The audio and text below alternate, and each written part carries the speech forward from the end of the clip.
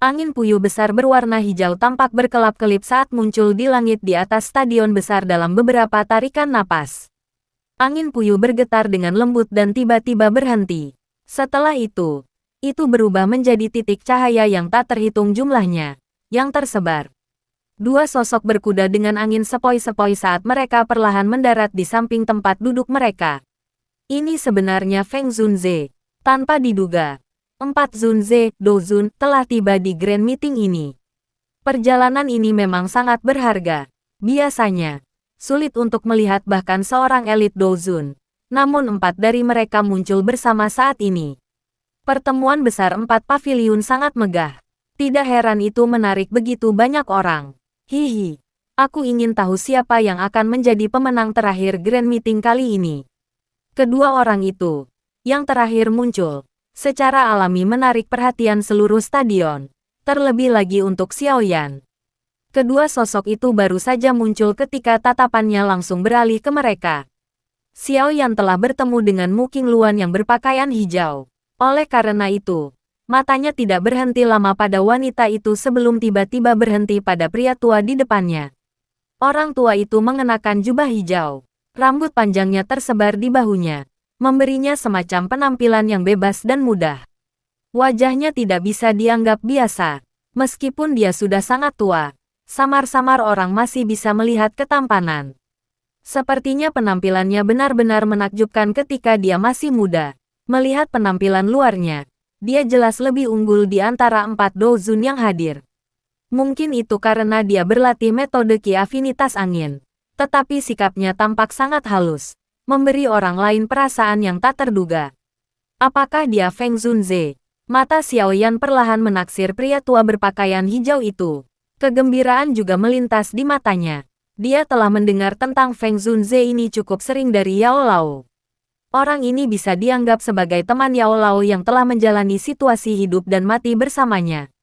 Jika kata-kata ini benar dan dia sangat menghargai hubungan itu seperti yang dijelaskan Yao Lao, Xiaoyan seharusnya bisa menjadi penolong yang benar-benar hebat kali ini. Kegembiraan muncul di hati Xiaoyan. Lei Zunze dan Jian Zunze di kursi tersenyum dan menangkupkan tangan mereka saat melihat Feng Zunze tiba. Feng Zunze telah menjadi terkenal jauh lebih awal daripada ketiga orang lainnya. Makanya, kedua orang ini masih menangkupkan tangan dengan sopan meskipun mereka semua memiliki status yang sama. Namun, Huang Quan Zunze di sampingnya sepertinya memiliki konflik dengan Feng Zunze.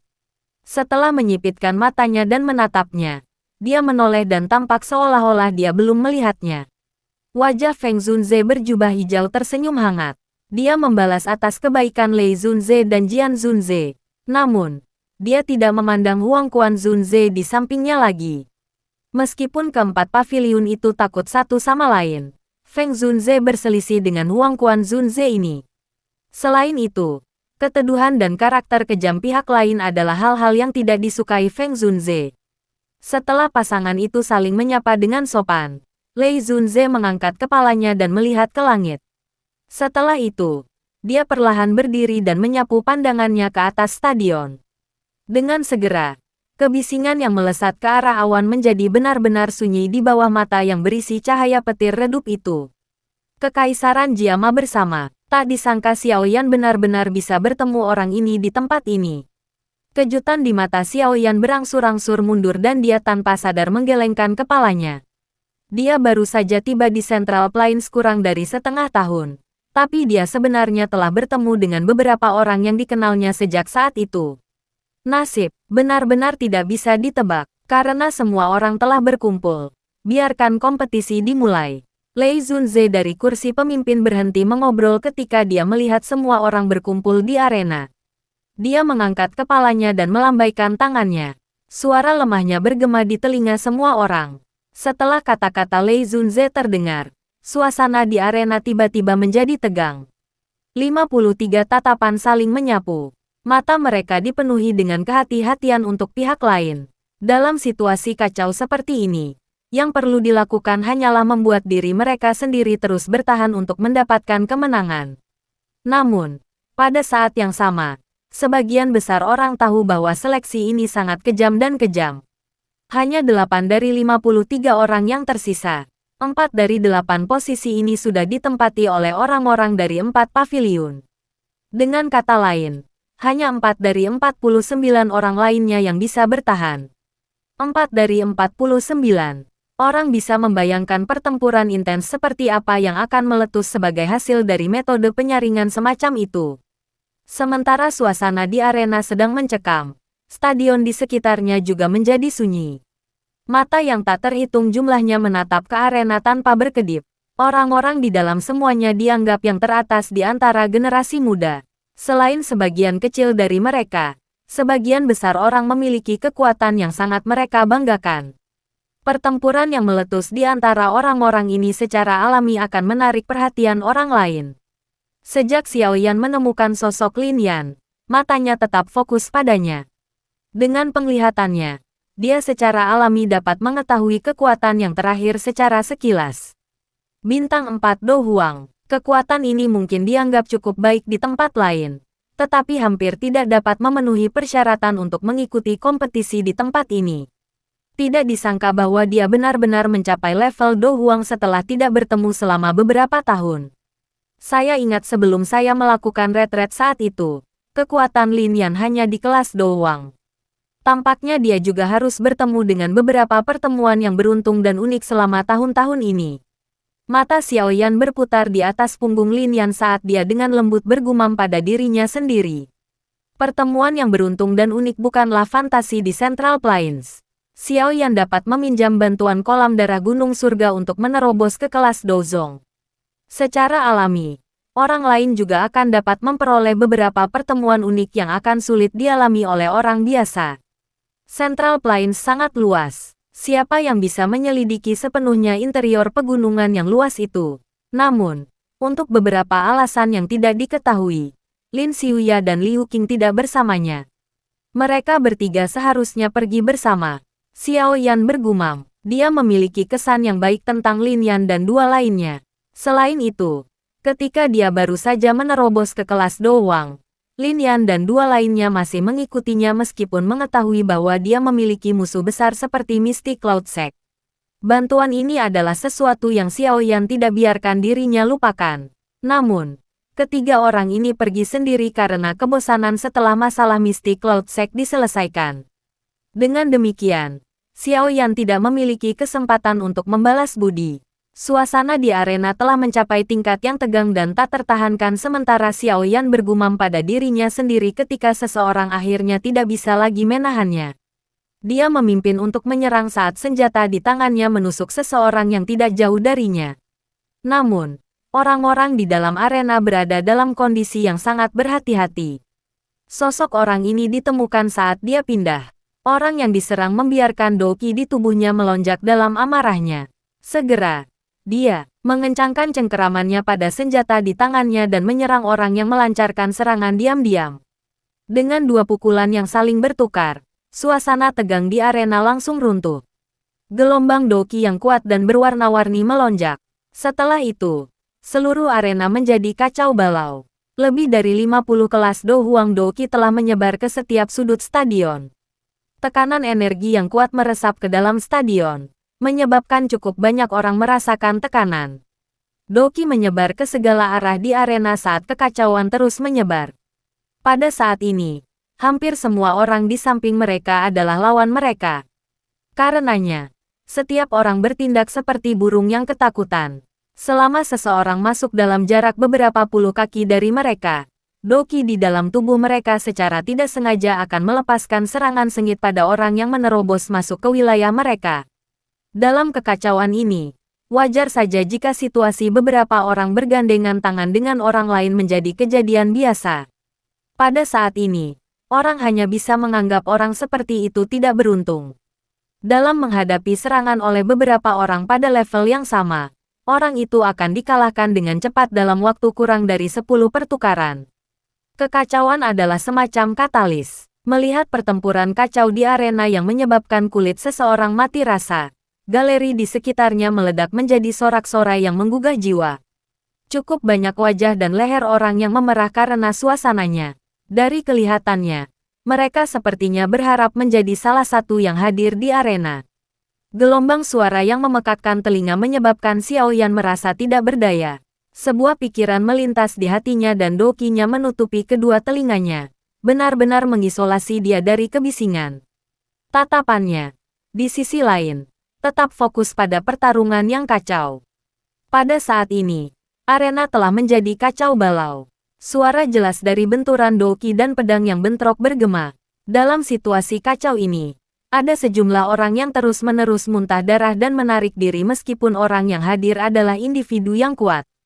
Tempat ini terlalu kacau. Jika seseorang berhasil mempertahankan bagian depannya, mereka tidak dapat mempertahankan punggungnya. Musuh ada di sekitar mereka. Jika seseorang ceroboh, akan ada pukulan fatal menuju ke arahnya. Blades tidak memiliki mata dalam kompetisi seperti itu. Terluka adalah masalah yang sering terjadi. Jika seseorang meneriakkan, "Saya mengaku kalah," sebelum menderita pukulan fatal, secara alami tidak akan ada gerakan membunuh melawan meluncurkan melawan yang kalah sesuai dengan aturan. Kekacauan berlanjut selama kurang dari 10 menit, tetapi ada lebih dari selusin pesaing yang terluka parah yang tidak punya pilihan selain meninggalkan arena. Lagi pula, jika mereka terus bertarung, kemungkinan tidak akan lagi menjadi pertanyaan tentang cedera serius. Kekacauan di medan pertempuran juga agak melebihi harapan Xiao Yan. Awalnya, dia mengira bahwa kompetisi besar semacam ini akan memilih metode eliminasi 1 lawan 1 tradisional.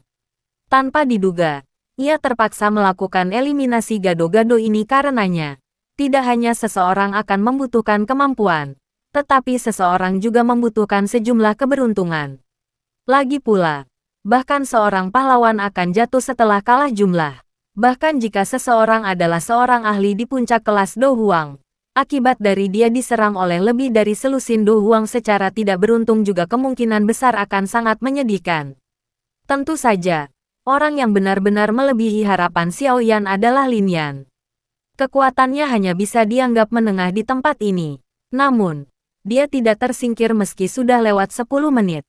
Xiao Yan hanya berhasil memberitahu beberapa alasan setelah mengamatinya dengan cermat. Kelincahan Lin Yan ini tampaknya sangat aneh, tapi itu terlalu jelek. Xiao Yan tenggelam dalam pikirannya saat dia menyaksikan ketangkasan Lin Yan, yang tampak sangat jelek sampai-sampai menjadi canggung. Di permukaan, itu seperti bebek yang bergoyang ke kiri dan ke kanan.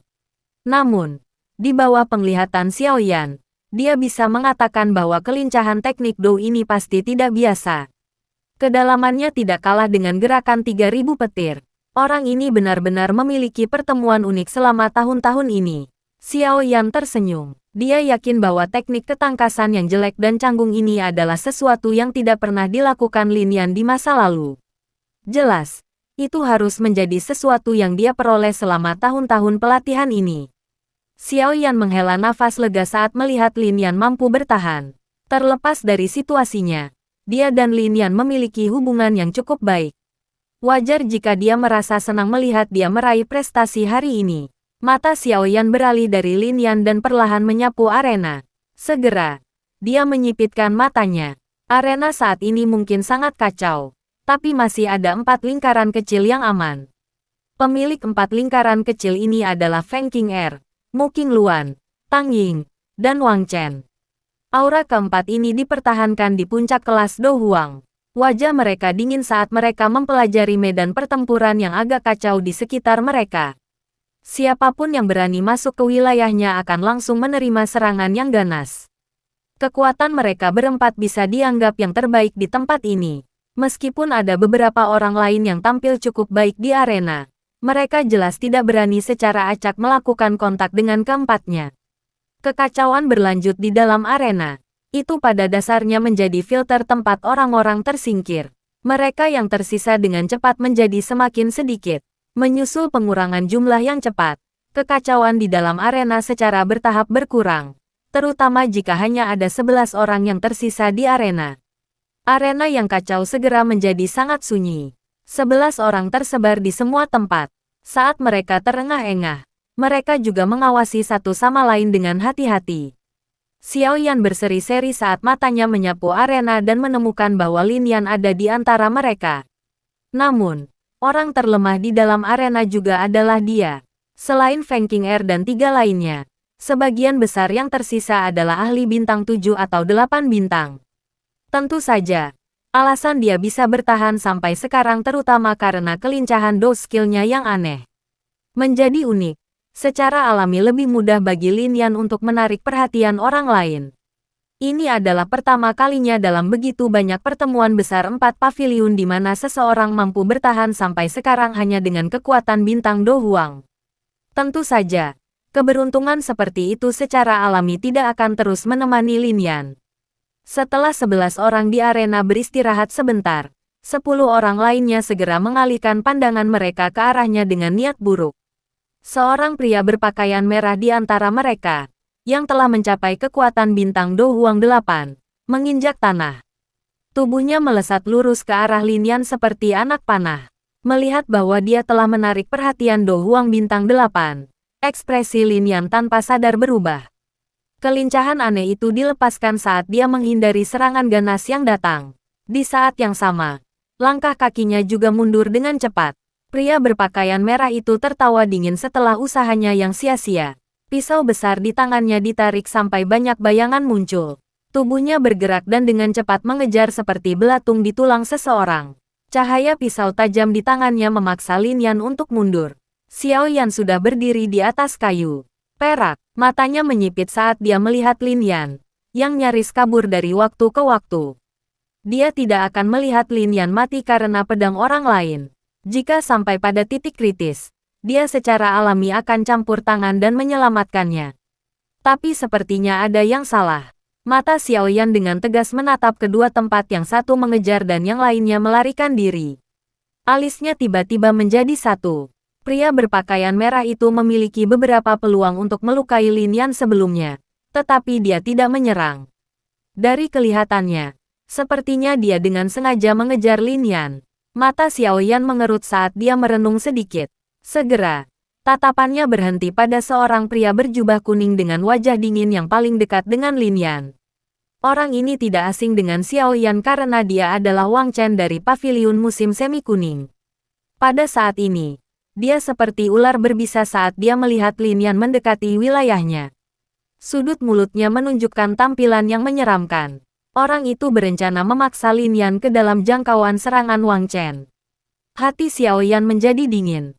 Orang ini sangat kejam. Dia sedang berpikir untuk menggunakan orang lain untuk melakukan perbuatan kotornya. Tepat ketika Xiao Yan telah menemukan niat pria berpakaian merah itu, Lin Yan, yang dengan cepat mundur, akhirnya mengambil langkah ke dalam jangkauan serangan Wang Chen. Rasa dingin melonjak ke hati Lin Yan saat kakinya melangkah ke dalam jangkauan. Segera, dia melihat pria berpakaian merah di depannya tersenyum sinis saat dia dengan cepat mundur. Sudut matanya melayang, hanya untuk melihat pilar berwarna hitam yang berisi niat membunuh yang tak tertandingi yang menembak ke arah tenggorokannya seperti ular berbisa. Berhenti. Aku mengaku kalah. Lin Yan merasa jantungnya langsung mati rasa saat melihat serangan pilar berwarna hitam ini. Jarak antara Wang Chen dan dia sangat besar. Bahkan dengan bantuan kelincahannya, dia bukan tandingannya. Namun, Wang Chen hanya tertawa di hadapan teriakan Lin Yan. Dia adalah orang yang haus darah dan darah harus muncul di tangannya. Bagaimana mungkin dia menarik serangannya? Sialan. Kau bajingan tak tahu malu. Lan Yan dengan marah mengutuk dengan wajah pucat ketika dia melihat bahwa orang ini tidak membiarkannya pergi meskipun telah mengaku kalah. Namun demikian, mengutuk adalah satu hal. Pada saat kritis ini, kelincahan jeleknya yang aneh dengan cepat ditampilkan. Tubuhnya bergoyang aneh saat dia dengan cepat mundur. Pilar hitam itu melesat seperti ular berbisa, menghantam bahu Lin Yan. Lin Yan segera memuntahkan seteguk darah segar setelah menderita pukulan berat ini. Tubuhnya bergesekan di tanah, membentuk bekas luka yang panjangnya puluhan meter. Seandainya dia tidak menghindari serangan pada titik yang fatal, kemungkinan dia akan mati. Adegan di medan pertempuran telah menimbulkan gelombang kutukan di luar arena. Wang Chen menggunakan serangan yang begitu ganas ketika pihak lain sudah mengaku kalah. Dari kelihatannya, dia memang tampak sedikit tercela. Wang Chen benar-benar mengabaikan kebisingan di luar arena. Tatapannya gelap dan dingin saat menatap Lin Yan. Kutukan sebelumnya dari pihak lain telah dengan jelas membangkitkan niat membunuh di dalam hatinya. Segera, dia tersenyum dingin. Tangannya terkepal dan dua belati hitam panjang meluncur dari lengan bajunya. Tubuhnya melesat seperti kilat dan muncul di depan Lin Yan dalam sekejap mata. Belati di tangannya tidak ragu-ragu karena berubah menjadi kilatan hitam yang dengan licik dan kejam menusuk dada Lin Yan. Lin Yan tidak punya waktu untuk menghindar. Sialan. Orang ini benar-benar tidak tahu malu. Dia benar-benar telah membuang wajah Yellow Spring Pavilion. Jika tindakan Wang Chen sebelumnya dikatakan telah menimbulkan ejekan, tindakannya saat ini telah membuat marah cukup banyak orang. Segera, banyak kutukan keras dipancarkan dari segala arah. Banyak kutukan tampaknya hanya menyebabkan senyum di wajah Wang Chen menjadi lebih dingin. Namun, tindakan tangannya tidak sedikit pun melambat. Li Yan hanya bisa menyaksikan kilatan hitam yang berisi udara dingin menembus ke tempat yang fatal. Selain itu, dia tidak memiliki kemampuan untuk menghindarinya. Apakah saya akan mati di sini? Gumaman lembut terdengar di hati Lin Yan. Tepat ketika dia siap untuk menutup matanya dan menunggu kematiannya, kekuatan isap tiba-tiba melonjak dari belakangnya. Tubuhnya juga tanpa sadar ditarik ke belakang. Segera, dia merasakan tangan hangat menepuk pundaknya. Setelah itu, suara tak berdaya yang tampak familiar muncul di samping telinganya tanpa peringatan sebelumnya. Kamu, tidak ada yang lebih baik untuk dilakukan, selain datang ke sini dan berpartisipasi. Tampaknya bukan tipe orang yang akan menelan penghinaan seperti itu. Sepertinya orang-orang dari pavilion musim semi kuning hanya memiliki kualitas seperti itu. Alasan Anda bisa bertahan hingga sekarang adalah karena Anda mengandalkan reputasi pavilion musim semi kuning. Tidak ada gunanya menjadi sombong tentang. Xiao Yan memegang Lin Yan saat matanya menatap Wang Chen dan tertawa terbahak-bahak. Dia juga menganggap orang ini sangat merusak pemandangan. Ekspresi di mata Wang Chen berubah sedingin ular berbisa ketika dia mendengar ini. Ekspresi ganas samar-samar muncul di wajahnya. Tatapan para pesaing lain di sekitar arena melihat ke atas. Alis mereka berkerut saat mata mereka menyapu Xiao Yan. Segera, mereka menggelengkan kepala dan bergumam. Orang yang sembrono. Di permukaan, kekuatan Xiao Yan secara khusus ditekan pada level bintang Do Huang 8. Dengan kekuatan spiritualnya saat ini, bahkan seorang ahli seperti Fei Tian kemungkinan akan kesulitan melihat dengan jelas kekuatan pastinya. Apalagi orang-orang ini. Namun, ada satu pengecualian. Alis cantiknya sedikit terkatup saat matanya tertuju pada Xiao Yan untuk pertama kalinya. Perasaan khusus bahwa dia dilahirkan menyebabkan dia merasa bahwa dia samar-samar akrab. Sebagai generasi muda, Anda tidak berhak membahas seperti apa Yellow Spring Pavilion. Murid siapakah Anda? Katakan padaku yang lama ini. Dengan bisa mengajar murid yang sombong. Sepertinya gurumu juga memiliki beberapa kemampuan, bukan? Tawa dingin Xiao Yan baru saja terdengar saat Huang Quan Zunze dari kursi di tengah stadion mengangkat alisnya dan melirik Xiao Yan. Suaranya yang samar mengandung perasaan dingin yang pekat. Huang Quan Zunze mengukur Xiao Yan saat dia mengucapkan kata-kata ini, dan kejutan melintas di matanya. Sekilas, dia tahu bahwa penampilan orang ini sengaja diubah. Hal yang membuatnya paling terkejut adalah orang-orang ini memiliki semacam perasaan yang tidak jelas padanya. Ketika dia akan melakukan pengamatan yang lebih dalam, dia merasakan bahwa pihak lain ditutupi oleh lapisan api yang sangat panas. Meskipun ada banyak penghalang, matanya yang tua dan tajam masih bisa mengatakan bahwa kekuatan orang ini kemungkinan besar setidaknya di puncak kelas Do Huang. Perasaan saat penglihatannya terhalang menyebabkan Huang Quan Zunze tertegun. Dia memiliki kekuatan Do Zun, namun dia tidak dapat melihat kekuatan seorang anggota generasi muda. Sementara Huang Quan Zunze merasa tercengang dengan ini. Lei Zunze, Feng Zunze, dan Jian Zunze juga berbagi perasaan yang sama ini. Semuanya merasa agak terkejut di hati mereka. Kata-kata tiba-tiba yang diucapkan oleh Huang Quan Zunze menyebabkan alis Xiao Yan menjadi sedikit rajutan. Dia tidak menyangka orang-orang tua ini akan campur tangan dan berbicara dalam kompetisi semacam ini di antara generasi muda. Segera, dia menangkupkan tangannya dan berbicara dengan sikap yang tidak kalah. Huang Quan Zunze benar-benar berpikir terlalu tinggi tentang aku yang kecil. Saya hanya mengatakan kebenaran apa adanya. Teman saya ini sudah mengaku kalah. Tetapi pihak lain masih meluncurkan gerakan membunuh. Tindakan ini telah melanggar aturan kompetisi. 3 Tuan Douzun yang tersisa telah melihatnya dengan jelas dengan mata kepala mereka sendiri. Saya pikir semua orang tahu siapa yang benar dan siapa yang salah di hati mereka. Petik 2. Cukup banyak orang yang merasa kagum ketika melihat Xiao Yan tidak panik bahkan sedikit pun saat menghadapi 4 elit Douzuns. Mentalitas ini bukanlah sesuatu yang dimiliki orang biasa. Bagaimanapun, setiap elit Douzun adalah raksasa. Tidak berlebihan untuk mengatakan bahwa mereka bisa memanggil awan dengan membalikkan tangan mereka dan memanggil hujan dengan memutarnya. Balasan Xiao Yan ini juga agak melebihi harapan Lei Zunze dan 2 lainnya. Namun, sebelum mereka bisa menjawab, ekspresi Huang Quan Zunze menjadi jauh lebih gelap. Suaranya sedingin es saat dia mengucapkan, hanya keuntungan dari kata-kata. Lei Zunze, selesaikan masalah kecil ini dan jangan menghalangi kemajuan kompetisi. Seseorang tidak bisa melihat emosi apapun di wajah Lei Zunze saat jarinya dengan lembut menepuk sandaran tangannya. Dia tersenyum tipis. Matanya beralih ke Feng Zunze dan Jian Zunze di sampingnya saat dia bertanya, bagaimana menurut kalian berdua kita harus menangani masalah ini? Orang tua ini sangat licik. Dia tahu bahwa mudah untuk menyinggung orang lain seperti ini. Wang Chen salah. Jika dia terlalu menyukainya, semua orang akan berpikir bahwa Wind Lightning Pavilion tidak adil, merusak reputasinya dalam prosesnya.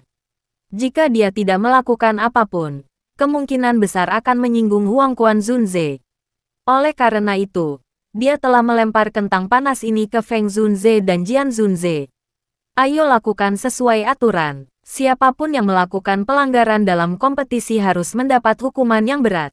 Namun, karena ini adalah pelanggaran pertama orang ini, biarkan dia menderita 50 serangan tongkat petir dan keluarkan dia dari gunung petir. Huang Quan Zunze berbicara dengan nada acuh tak acuh. Nada suaranya sepertinya mendiskusikan dengan cara yang tidak penting. Tentu saja, dengan kekuatannya, dia memang memiliki kualifikasi untuk mengucapkan kata-kata ini. Dia bukan orang yang salah. Apakah Anda mencoba menyebabkan Lei Zunze akhirnya disebut tidak adil dengan menghukum orang ini secara acak? Feng Zunze tertawa dan melirik Huang Quan Zunze saat dia menjawab. Mata Zunze Huang Quan menjadi jauh lebih berbahaya saat dia mendengar ini. Paviliun musim semi kuning tidak memiliki reputasi yang baik. Jika dia membiarkan Xiao Yan pergi dengan damai setelah dia secara terbuka mengejek mereka, reputasi paviliun musim semi kuning akan hilang. Feng Zunze benar, meskipun orang ini telah mengganggu kompetisi, dia punya alasan untuk melakukannya. Apalagi, tindakan Wang Chen dengan jelas menunjukkan bahwa dia tidak memiliki rasa hormat terhadap aturan. Akan sangat sulit untuk menjelaskan banyak hal jika orang lain dihukum. Mengapa kita tidak melakukan ini? Mari kita mundur selangkah dan biarkan orang ini pergi bersama temannya. Grand Meeting akan terus berlanjut. Apa yang kamu katakan? Jian Zunze menggosok janggutnya sambil tertawa. Lei Zunze terkejut. Segera, dia menggelengkan kepalanya tanpa daya di dalam hatinya. Kedua orang tua ini jelas berniat membuat Huang Quan Zunze kehilangan muka. Namun, apa yang mereka katakan juga masuk akal. Paviliun Wind Lightning miliknya bukanlah paviliun musim semi kuning. Gaya kerjanya juga sangat berbeda. Yang bisa dilakukan Lei Zunze saat itu hanyalah tersenyum meminta maaf kepada Huang Quan Zunze. Wajah Huang Quan Zunze menjadi semakin jelek saat melihat ekspresi Lei Zunze. Tatapannya sedingin es saat dia mengamati Xiao Yan, yang menghela nafas lega di dalam arena. Kekejaman samar melintas di wajahnya. Segera, sebuah suara tenang keluar dari depan Feng Zunze. Karena kamu berpikir bahwa Wang Chen telah bertahan sampai akhir karena dia mengandalkan paviliun musim semi kuning saya. Diri terhormat ini, Douzun akan memberi Anda kesempatan untuk bertukar pukulan dengan dia. Anda dapat membawa teman Anda dan pergi dengan damai apapun hasilnya. Apa yang kamu katakan? Kata-kata Huang Quan Zunze segera menimbulkan keributan di stadion. Xiao Yan juga mengerutkan kening. Tampaknya orang tua ini tidak memiliki kemurahan hati yang seharusnya dimiliki oleh seorang elit Douzun. Jangan pedulikan orang tua yang tidak akan mati ini. Ayo pergi. Ekspresi Lin Yan sedikit berubah. Dia menarik Xiao Yan dengan niat untuk pergi. Tidak disangka orang tua ini akan mengatakan kata-kata seperti itu. Dia memahami kekuatan Wang Chen dengan sangat baik. Kemungkinan hanya Feng Qing'er dan beberapa orang lainnya yang hadir bisa bertarung dengannya. Jika kamu tidak berani bertengkar, kamu harus melakukan Koutao 3 kali kepada guru. Masalah ini akan berakhir jika Anda melakukannya. Jika tidak, Anda tidak akan bisa pergi. Lidah merah cerah Wang Chen dengan lembut menjilat belati tajamnya saat dia dengan ganas menertawakan Xiao Yan. Mata hitam pekat Xiao Yan menatap tajam ke arah Wang Chen. Tangan di bawah lengan bajunya terkepal erat. Haruskah dia bertarung atau tidak? Mata semua orang yang hadir berhenti di Xiao Yan. Mereka semua ingin tahu bagaimana pemuda ini, yang tampak tidak patuh atau sombong, akan menghadapi provokasi Wang Chen. Meskipun sebagian besar orang yang hadir tidak memiliki banyak harapan, mereka masih berharap Xiao Yan bertarung dengan Wang Chen karena dia terlalu tidak enak dipandang. Xiao Yan akhirnya menghela nafas perlahan di depan semua orang beberapa saat kemudian. Xiao Yan, jangan sembrono. Lin Yan buru-buru berkata. Ekspresinya berubah saat melihat tindakan Xiao Yan. Xiao Yan menoleh dan tersenyum. Setelah itu, dia membebaskan dirinya dari cengkeraman Lin Yan saat dia dengan lembut berkata, "Tenang, seseorang yang datang dari Akademi Dalam tidak akan lebih lemah dari beberapa orang acak dari Yellow Spring Pavilion." Xiao Yan perlahan mengambil langkah maju setelah mengucapkan kata-kata itu. Matanya menatap Wang Chen. Dan sebuah kata sederhana menyebabkan darah panas dari banyak orang yang hadir mendidih.